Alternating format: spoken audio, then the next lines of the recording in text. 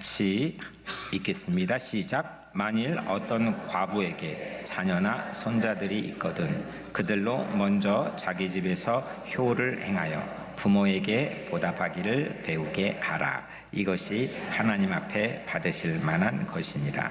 한 번 더 읽습니다. 시작. 만일 어떤 과부에게 자녀나 손자들이 있거든 그들로 먼저 자기 집에서 효를 행하여 부모에게 보답하기를 배우게 하라. 이것이 하나님 앞에 받으실 만한 것이니라. 아멘. 찬양 하나님께 올려드리겠습니다. 오늘 말씀으로 은혜를 나누려고 합니다. 어제 동포사회에서 21번째 한미 충효회의 행사를 진행하는데 설교를 맡아달라고 부탁을 해서 갔더랬죠. 부탁해서 얼떨결에 가긴 했는데 가보니까 회장님이 100세, 그 어르신들이 만 500여 명 가까이 가득한데 잘못 왔나 싶더라고요. 이런 행사하면 그 교계 그 연세가 드신 어르신들이 설교를 맡아야 되는데 비교적 젊은 제가 서는 게 맞나 그런 생각 가졌습니다. 빠져나갈 수가 없었기 때문에 모르겠다 생각하고 하나님 의지하는 마음으로 말씀을 선포했습니다. 설교 후에 적지 않은 분들이 메시지를 보내왔습니다. 한 목사님께서는 저는 6살 때부터 부모가 없이 자랐습니다. 그래서 목사님의 설교를 들으며 울컥했더랬죠. 또 어떤 목사님은 저는 너무 어머님 계실 때 불효해서 오갈 데 없는 한국 할머니 한 분을 입양해서 13년째 모시고 살고 있습니다. 어머니 생각이 많이 납니다. 이런 메시지들을 적지 않게 보내오셨습니다. 그래서 어제 그 설교를 바탕으로 동일하진 않지만 오늘 말씀을 선포하려고 합니다. 우리는 예수님을 다 믿습니다. 아멘. 예수님 믿죠? 예수님 믿으면 여러 가지가 우리에게는 달라지죠. 근데 그 중에 가장 크게 달라지는 것 하나는 새로운 가족을 얻는 겁니다. 새로운 가족을 얻는 거죠. 그 가치는 그 어떤 것보다 더 두드러지진 않습니다. 초대교회가 생기면서 예수 믿는 사람들에게 나타났던 첫 번째 변화이기도 했기 때문이죠. 좋은 아버지가 생깁니다. 참 무엇과도 바꿀 수 없는 좋은 아버지. 언제나 달려갈 수 있고 의지할 수 있는 그런 든든한 아버지가 생기는데 하나님 아버지시죠. 그리고 다시 거듭난 그 예수 믿고 다시 태어난 신자들은 서로들을 만나면 자매님, 형제님, 아델포스 이렇게 부릅니다. 새로운 가족이 생긴 거죠. 확대된 그런 대가족으로 예수 믿고 변화된 사람들은 그런 가치들을 누리게 됩니다. 그런데 가족이라고 하는 게 살다 보면 가족이 정말 즐겁고 행복을 주는 가장 좋은 요람이 되기도 하지만 어때요 여러분들? 가족이 늘 그렇습니까? 때로는 그 어떤 것과도 비견할 수 없는 내 삶의 가장 중요한 부담, 때로는 십자가, 때로는 긴장, 어려움도 가족으로부터 옵니다. 근데 한 번도 혈육이 섞여져 있지 않고 만나보지도 않았던 사람들이 함께 모여 예수 믿는다고 이젠 형제야 자매야 우리는 한 아버지의 자녀들이야 라고 하면서 확대된 새로운 시스템으로 가족을 이루어 살아간다는 건 이건 더할 나위 없이 긍정적이고 또 우리에게 엄청난 그런 삶의 든든함을 제공해 주기도 하지만 이렇듯 부담, 긴장감도 우리에게 제공해 주죠. 1세기 이 교회가 처음 시작했을 1세기에는 국가가 운영하는 사회복지제도 시스템이 전무했습니다. 그렇게 사회복지 제도가 전혀 없던 때 교회는 책임을 져줬습니다.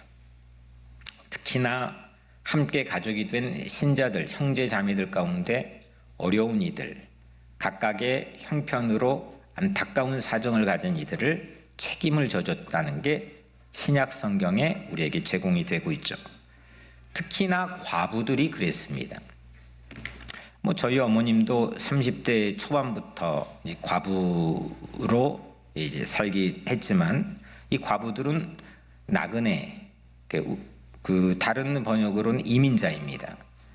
나그네, 고아, 과부, 이 세 개의 그룹은 교회가 필히 돌봐야 되는 핵심적인 대상이었죠. 고대 세기 남편을 잃은 여인들은 대개가 극빈층이 됩니다. 그리고 또한 그리스도인이 되면, 지금 그리스도인이 되면 가족들이 의절하진 않지만 저 어릴 때도 얼핏 그런 경우들이 적지 않았던 것 같습니다. 당시에는 상당히 많았습니다. 예수를 믿으면 가족들이 의절해버립니다. 그렇게 되면 과부들은 친척들의 지원도 끊기게 되죠. 그래서 교회는 과부를 책임져 줬습니다.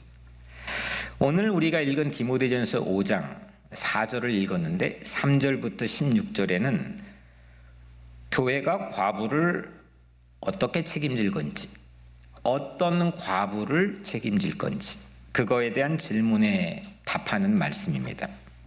바울은 세 가지 종류의 과부를 나눕니다. 첫 번째는 참 과부, 두 번째는 자녀가 있는 과부, 세 번째는 젊은 과부. 과부도 세 가지 종류가 있습니다. 첫 번째 참 과부는 오늘 5절에는 우선 가족이 전혀 없어야 됩니다. 자녀도 없고 누구도 가족이 없는 혼자인 경우, 오늘 5절에 있죠. 그리고 9절에 보면 60세 이상이어야 합니다. 세 번째로는 주야로 기도하는 사람이어야 합니다. 5절에 있죠. 이게 참 과부입니다. 이 참 과부는 교회가 반드시 책임져야 될 그런 대상으로 16절에 나와 있습니다. 두 번째는 오늘 우리가 집중해 살펴볼 부분이죠. 자녀가 있는 과부입니다. 4절에 나와 있습니다. 그리고 마지막 젊은 과부입니다. 오늘은 두 번째 그룹인 자녀가 있는 과부에 관한 말씀인데, 만일 어떤 과부에게 자녀나 손자들이 있거든 그들로 먼저 자기 집에서 효를 행하여 부모에게 보답하기를 배우게 하라. 이것이 하나님 앞에 받으실 만한 것이니라 했습니다. 과부에게 자녀들이 있다면 먼저 집에서 효를 행하는 것을 가르쳐야 된다는 거죠. 효를 행하도록 가르치는 것은 성경의 명령입니다. 효를 행하는 것도 명령이지만 내가 자녀됨의 입장에서 효를 행하는 것도 성경의 명령이죠. 부모를 공경하라 했으니까. 근데 이걸 효를 행하도록 가르치는 것도 성경의 명령입니다. 부모가 살다 보면 자녀에게 서운할 때가 있죠. 아유, 왜 그럴까? 이 부모의 마음을 아나? 하면 그 서운함을 가지고 자녀에게 효를 말하는 것이 아니고 성경의 권위를 가지고 자녀에게 반드시 효를 가르쳐야만 마땅하다는 겁니다. 효는 오늘 말씀에 집에서 효를 행하여 부모에게 보답하기를 배우게 하라. 효는 뭐냐? 부모에게 보답하는 겁니다. 효를 잘했다고 특별히 상을 줄 필요도 없습니다. 그는 부모가 해준 은혜에 보답하는 마땅한 삶의 이치라는 겁니다. 10계명 중에 1계명, 4계명은 하나님과의 관계고 5계명부터 마지막 10계명은 인간과의 관계죠. 그래서 인간 사이의 관계의 첫 번째 계명, 5계명이 뭐죠? 부모에게 공경하라. 오늘은 세 가지의 이 이야기를 가지고 오늘 말씀을 나눠보려고 합니다. 먼저 첫 번째 이야기입니다. 이 이야기는 왜 효를 행하지 못할까에 관한 이야기입니다. 14년 전에 제가 뉴욕에 처음 왔을 때였습니다. 2010년 6월 18일 날 엘머스트 놀이터에서 노아방주 전도 사역 팀이 처음 기도하고 전도를 했습니다. 엘머스트에서 하루는 이 노아방주 팀과 전도를 하는데 거기 약국에 들어갔습니다. 옛날 해운대라는 식당이 있었는데 그 건너편에 조그만한 아주 오래된 약국이 있었습니다.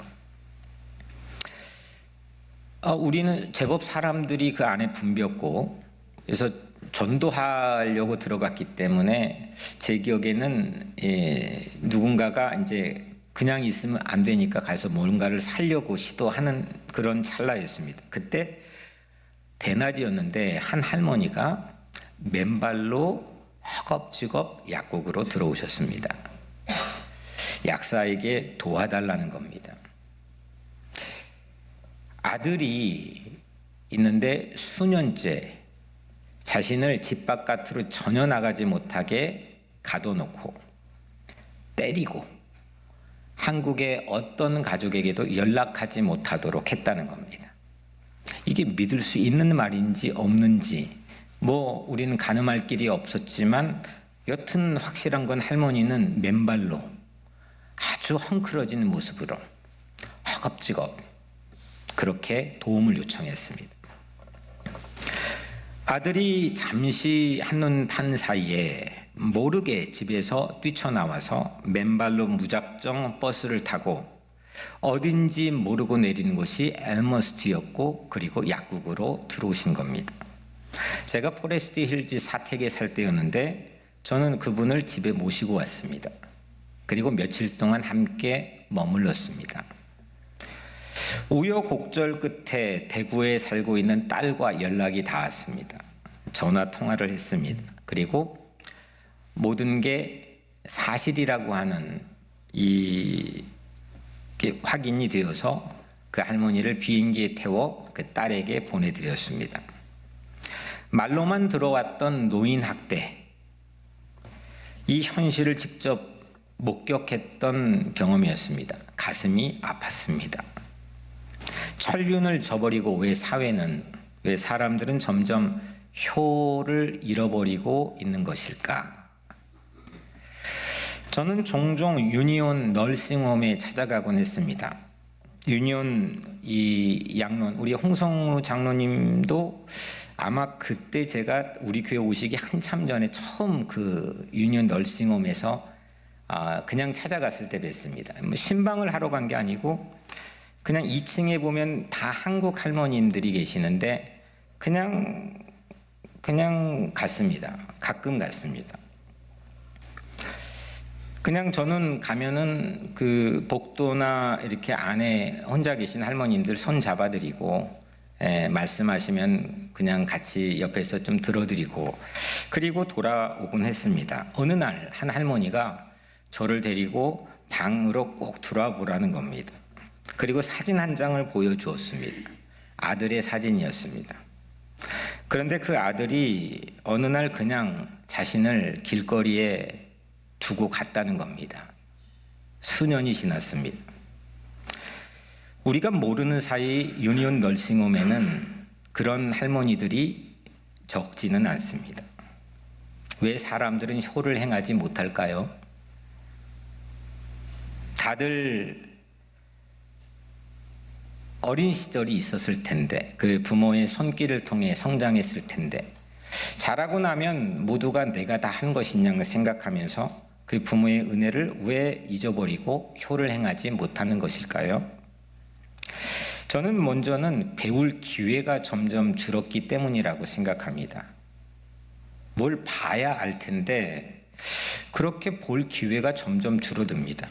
예전에는 대가족이었습니다. 한 집에 할머니도 있고 할아버지도 있고 엄마 아빠도 함께 살았습니다.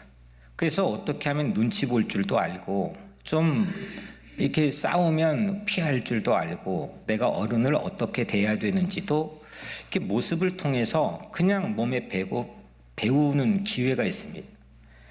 근데 요즘은 그럴 기회가 매우 적습니다.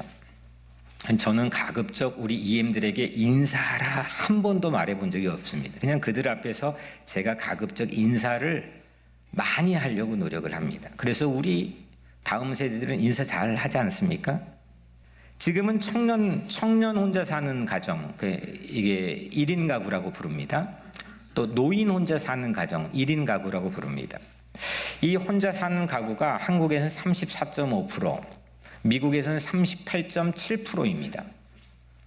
세 집 중에 한 집은 나 홀로 가구입니다. 엄청난 퍼센테이지죠. 그냥 옛날에는 거의 다 같이 살았잖아요. 근데 지금은 여러 가지 다양한 이유가 있겠지만 세 집 건너 한 집은 나 혼자 사는 겁니다. 같이 사는 경험이 우선 없습니다. 그래서 뭔가를 내가 어떻게 해야 되는지 이걸 배울 기회가 전 세계 전반적으로 없는 시대 속에 살고 있습니다. 효를 행하는 것을 배울 기회가 없습니다. 그래서 저는 교회가 가르쳐야 된다고 생각합니다. 오늘 말씀도 효를 행하도록 가르쳐라 그랬죠. 그리고 효는 부모에게 보답하는 것임을 배우게 하라 이렇게 말했습니다. 교회는 가르쳐야 됩니다. 효를 행하는 것도 중요하지만 더 중요한 건 효를 행하는 것을 가르치는 문화를 지속하는 겁니다. 여러분들의 가정과 특별히 우리 교회 안에서 주님의 오늘 명령이고 성경의 명령일진데 그렇게 효를 행하도록 우리가 가르치는 그런 문화들을 갖게 되기를 주의 이름으로 축원합니다. 두 번째 이야기입니다. 그럼 어떻게 가르칩니까? 어떻게 참 요즘 세대들 잘 이렇게 말이 안 통한다고 그러고 또 가르치면 뭐라고 하죠? 뭔 대라고 하잖아요. 뭐라고 하죠? 꼰대라고 하잖아요. 참 그래서 이게 위축이 되죠. 효를 어떻게 가르칠까요? 이런 질문이 나올 수 있죠. 지난주 교회 안에서 뜻깊은 모임 하나가 있었습니다. 우리 교회 가장 어르신들인 일남 사랑방에서 함께 주중에 모임을 가졌습니다. 이유인즉슨 감사패를 전달하고 싶다는 겁니다. 우리 조태환 장로님을 지켜주시는 우리 아내 되신 김종원 권사님, 또 이정자 권사님 곁에서 지키시는 또 우리 홍성우 장로님께 우리 일남 사랑방이 감사패를 주겠다는 겁니다. 저는 그 모임에 함께 참여하면서 참 감동이었습니다. 1963년 미국에 오신 조태환 장로님은 그날 이제 말씀하셨는데 25년 전 앞을 보지 못하게 됐는데 아내이신 권사님이 남편을 늘 한결같은 모습으로 지켜주고 계십니다.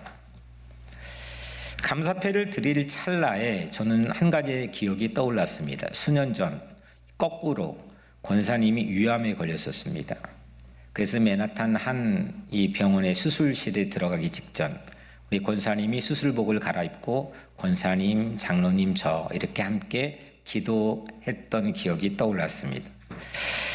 그때는 그런데 늘 제가 보던 모습과는 또 다르게 거꾸로 장로님이 권사님 손을 꽉 잡고 계셨습니다. 저는 잊을 수 없는 기억이었습니다. 한 사람의 삶을 지켜주는 게 과연 무엇인지 그 가치를 제게 보여줬던 모델이었습니다. 홍성우 장로님은 파킨슨 병으로 몇 해 전부터 아프고 계신 아내를 지극정성으로 돌보고 계십니다. 얼마 전 하루는 권사님이 잠깐 사이에 집에 나가셨고 길을 잃고 금세 돌아오진 않으셨습니다. 장로님은 애가 타셨습니다. 발을 동동 구르셨습니다. 아마도 답답한 일이 한두 가지가 아니실진데 그 심정을 누가 알까 싶지만 하나에서 10가지 성심으로 남편의 마음을 가지고 아내를 지켜줍니다. 역시 저는 지켜준다는 게 과연 무엇인지 그 힘과 가치를 제게 보여준 좋은 모델이라고 저는 생각합니다. 이런 아름다운 두 부부를 따뜻하게 격려하며 감사패를 전달하는 어르신들의 모습이 우리 교회에 있다는 것, 저는 참 자랑스러웠습니다. 그리고 참 고마웠습니다. 효를 어떻게 행할까, 그 방법을 어떻게 행할까, 물론 야, 너 효도해야 돼 라고 말할 수도 있지만 모델을 찾아 격려하는 것, 이건 때론 말보다 강력한 힘을 발휘할 때가 있습니다. 우리 주변에서 좋은 모델, 또 내가 좋은 모델이 되는 것, 또 내 가정에서도 내가 보여주는 것, 삶의 모습을 보여주는 것만큼 강력한 건 없습니다. 물론 예수님께서는 복음서에서 적지 않은 말씀을 많이 하셨지만 예수님의 실제는 그 말보다도 삶의 모습을 우리에게 풍경으로 그리게끔 보여주셨습니다. 그래서 우리는 예수님을 좋아합니다. 예수님을 따르고 예수님을 신뢰하죠. 그런 케이스들, 정언 명령인 하나의 어떤 정의로 이거 해야만 해라고 말하지 않고 삶의 이야기로 들려주고 보여주는 것, 모델을 만들고 좋은 샘플을 함께 빌드업해가는 것, 이것이 우리가 효를 가르치는 중요한 방법이라고 생각합니다. 저는 우리 교회 안에서도 이런 좋은 샘플, 이 좋은 모델들이 끊임없이 찾아지고 또 찾아지면 격려할 줄 알고 이런 문화들이 우리 교회 안에 있게 되기를 주의 이름으로 축원합니다. 세 번째 이야기입니다. 효는 무엇입니까? 첫 번째는 왜 효가 실종될까요? 두 번째는 효는 그러면 어떻게 가르칠 수 있을까요? 마지막 세 번째 이야기는 그 효는 무엇입니까? 입니다. 저는 어린 시절 효를 행하고 싶어도 효도할 부모가 곁에 있지 않았습니다. 고아원에서 자랐기 때문입니다. 고아원에서는 매일 두들겨 맞았고 늘 배가 고팠습니다.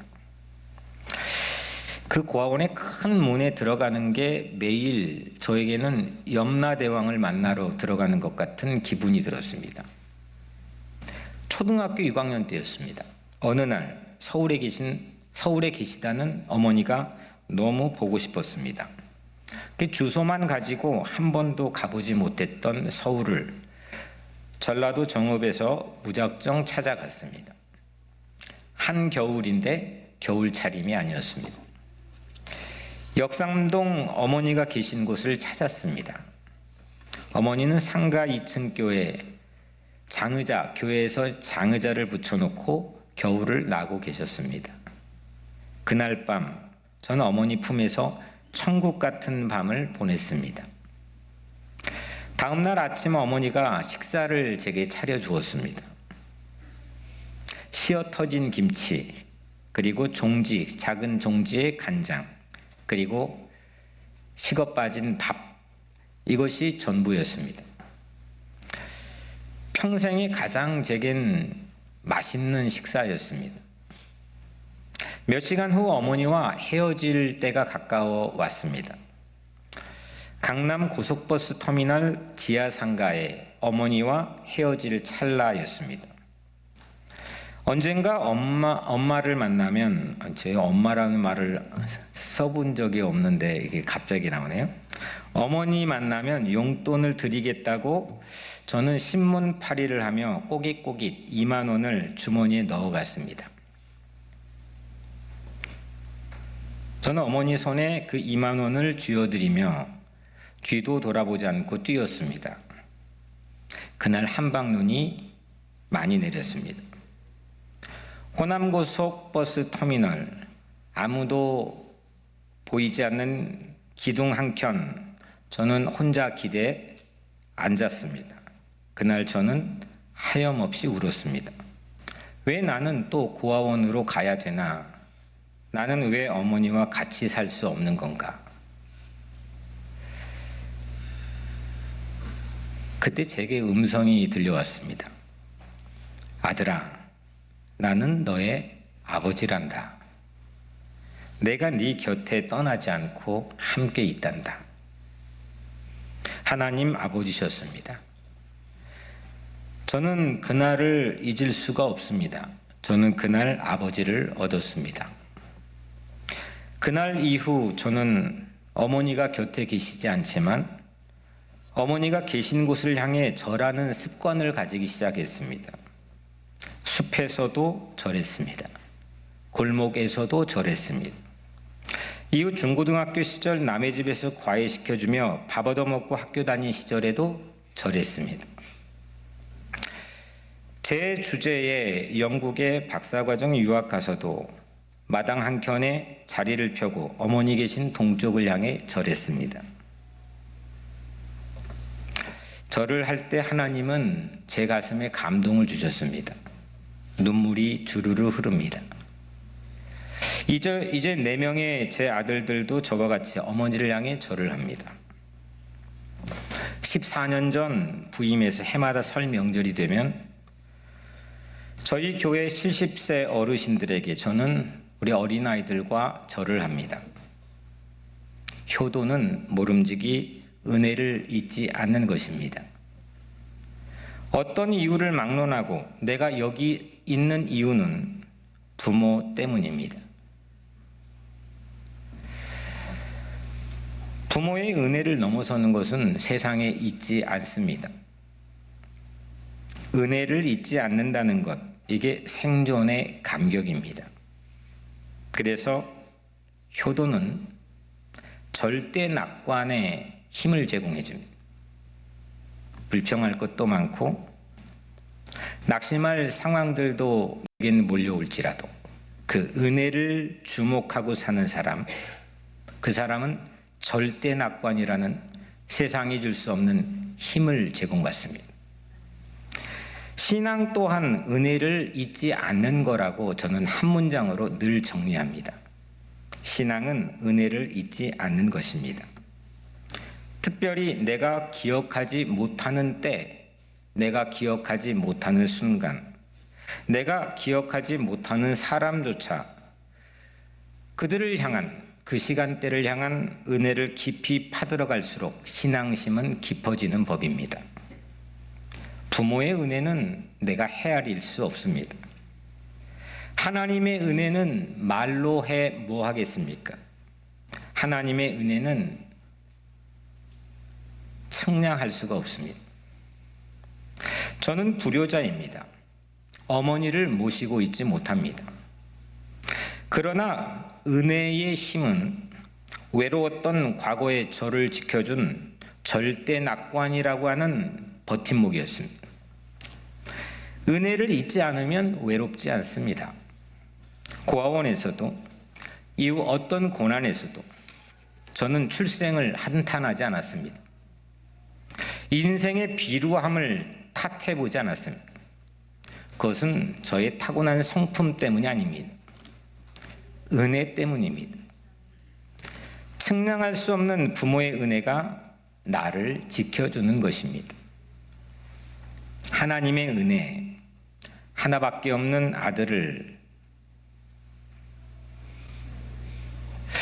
그 아들 독생자 예수를 버리고 나를, 우리를 당신의 딸과 아들로 삼으신 그 놀라운 은혜로 살아가시기를 축복합니다. 은혜는 절대 낙관이라는 힘을 제공해 줍니다. 못하는 일만 보이는 것, 그건 은혜를 잃었기 때문입니다. 못할 일이 없을 때는 은혜가 가득할 때입니다. 이 은혜를 가르치십시오. 효도의 비밀을 깨우치십시오. 효도는 무엇입니까? 은혜로 사는 것입니다. 배신의 시대, 변절의 시대, 저는 마치 배신과 변절이 제 인생의 트라우마 같은 많은 도전을 주었습니다. 하지만 그 배신과 변절의 시대에 은혜의 힘을 맛보고 믿어봤던 이 어르신들 세대의 마지막 보루와 같은 사명, 그거는 그 은혜의 힘을 가르치고 보여주는 것입니다. 아버지 하나님의 은혜로 사십시오. 부모가 이미 떠나셨을지라도 부모의 은혜로 사십시오. 혈육을 넘어선 이 시대 모든 부모의 은혜로 살아가십시오. 그것이 그리스도 예수를 믿고 살아가는 신자들의 마땅한 삶의 모습입니다. 이것이 또한 우리 교회 3070 비전의 70이라고 하는 가치입니다. 그 세대가 없었다면 우리도 없는 겁니다. 그들이 헌신하지 않았다면 나도 여기에 없는 겁니다. 모든 것이 은혜 아닌 것이 없습니다. 함께 살기를 거절하는 이 시대 속에서 은혜의 모델을 찾아 격려하십시오. 효도하면 살고 불효하면 죽습니다. 효도하면 강하고 불효하면 약합니다. 효도하면 절대 낙관이고 불효하면 절대 비관입니다. 부모는 하나님의 대리자로 세상에 보내졌습니다. 은혜로 효도할 때 절대 낙관으로 여러분들 모두가 승리하게 될 줄로 믿습니다. 기도하겠습니다. 우리 아버지가 되어주신 하나님, 산다고 하는 게 오직 은혜인 줄로 믿습니다. 모든 것 은혜 아닌 것 하나도 없습니다. 우리를 은혜로 회복시켜 주옵소서. 이 어두운 세상에 등대로, 은혜의 등대로 우리를 사용하여 주옵소서. 어르신들 외롭지 않게 하시며 70대가 꿈을 꾸게 하시고, 또한 우리 교회 모든 어머니들, 이 땅의 어머니들을 축복하여 주옵소서. 예수 그리스도 이름으로 기도드립니다. 아멘.